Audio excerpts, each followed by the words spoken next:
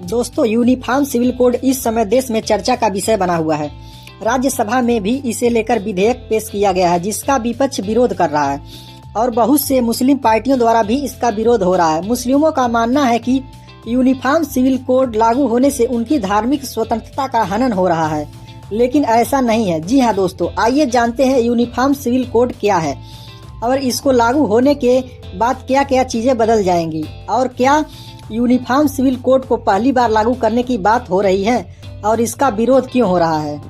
दोस्तों, uniform civil code का मतलब है कि हर धर्म, जाति, संप्रदाय के लोगों के लिए पूरे देश में एक ही नियम लागू होगा, चाहे वो हिंदू हो, मुसलमान हो, सिख, ईसाई, कोई भी धर्म का हो। पूरे देश में एक समान कानून के साथ ही सभी धर्मों, समुदायों के लिए जैसे विवाह, तलाक, विरासत, गोद लेने के नियम एक ही होंगे। संविधान के अनुच्छेद 44 में सभी नागरिकों के लिए समान कानून लागू करने की बात कही गई है। अनुच्छेद 44 में संविधान के नीति निर्देशक तत्वों में शामिल है। इस अनुच्छेद का उद्देश्य संविधान की प्रस्तावना में धर्मनिरपेक्ष लोकतांत्रिक गणराज्य के सिद्धांत का पालन करना है। दोस्तों, अभी हमारे देश में दो प्रकार के कानून हैं, जैसे क्रिमिनल लॉ, सिविल लॉ। दोस्तों, क्रिमिनल लॉ जो कानून है वो सभी धर्मों के लिए एक समान है।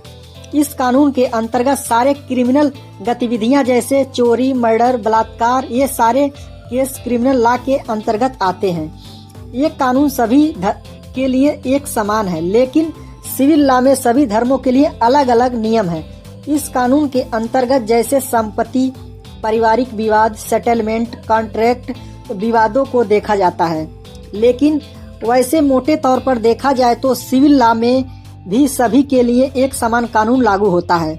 लेकिन अगर पारिवारिक विवाद हो, जैसे शादी, तलाक, उत्तराधिकार, संपत्ति, इन सब मामलों पर सभी धर्मों के लिए अलग अलग नियम हैं। इसीलिए यूनिफॉर्म सिविल कोड लाने की मांग हो रही है, जिसमें सभी के लिए समान कानून का प्रावधान है।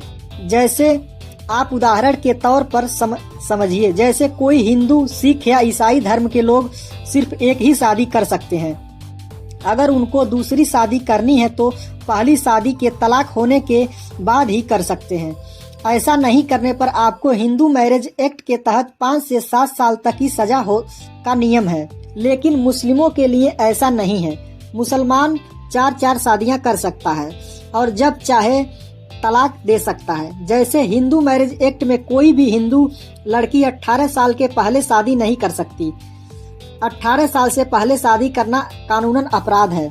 लेकिन मुस्लिम पर्सनल लॉ में कोई भी मुस्लिम लड़की 15 साल से शादी कर सकती है और अगर कोई भी मुस्लिम लड़की का तलाक होता है तो उसको केवल 4 महीने का ही भत्ता दिया जाता है। इस प्रकार पारिवारिक कोई भी विवाद में मुस्लिमों को मुस्लिम पर्सनल लॉ के अनुसार कोई भी नियम लागू होता है। दोस्तों, यूनिफॉर्म सिविल कोड का जिक्र पहली बार नहीं हो रहा है।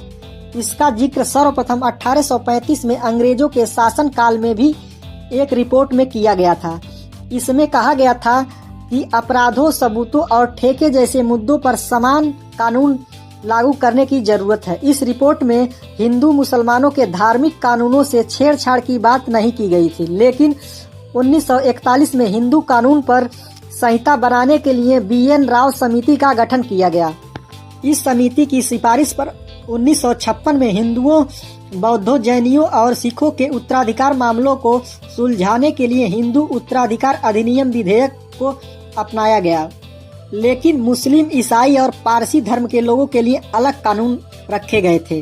यूनिफॉर्म सिविल कोड पर डॉक्टर भीमराव अंबेडकर का क्या कहना था वो भी जान लीजिए।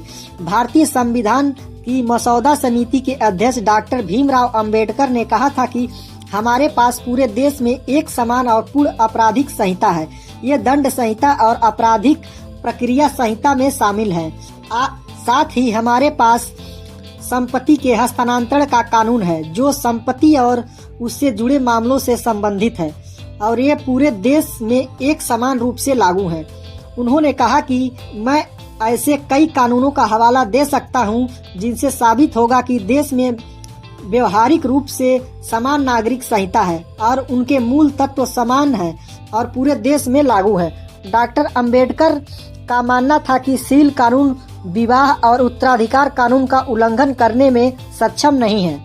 दोस्तों, अगर यूनिफॉर्म सिविल कोड लागू हो जाता है तो क्या क्या बदलाव देखने को मिलेंगे? अगर भारत में यूनिफॉर्म सिविल कोड लागू हो जाता है तो लड़कियों की शादी की उम्र बढ़ा दी जाएगी।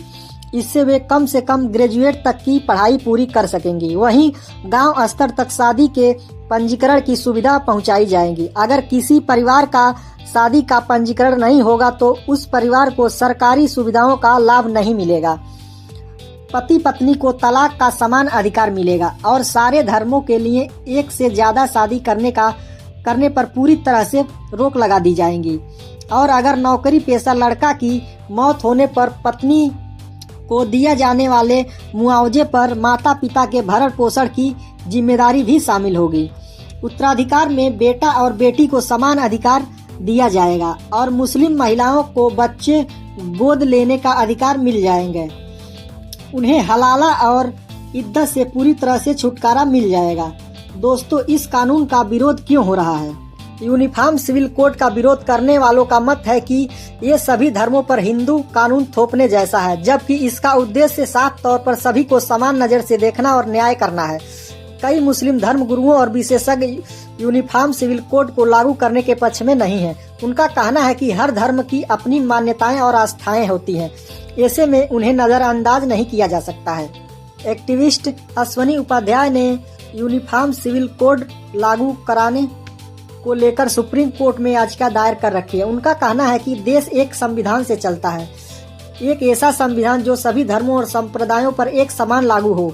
किसी भी पंथ निरपेक्ष देश में धार्मिक आधार पर अलग अलग कानून नहीं होने चाहिए।